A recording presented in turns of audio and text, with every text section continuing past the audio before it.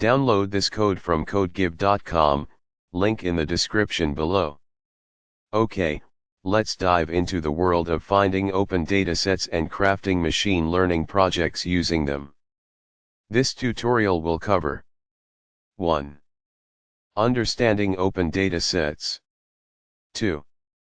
Finding open datasets. 3. Exploring and cleaning datasets. 4. Selecting a machine learning task. 5. Building a machine learning model, with code examples in Python. 6. Evaluating and tuning the model. 7. Deploying your model, brief overview. 8. Ethical considerations. 9. Resources and further learning. 1. Understanding open datasets. Definition Open datasets are data that is freely available for anyone to use, modify, and share for any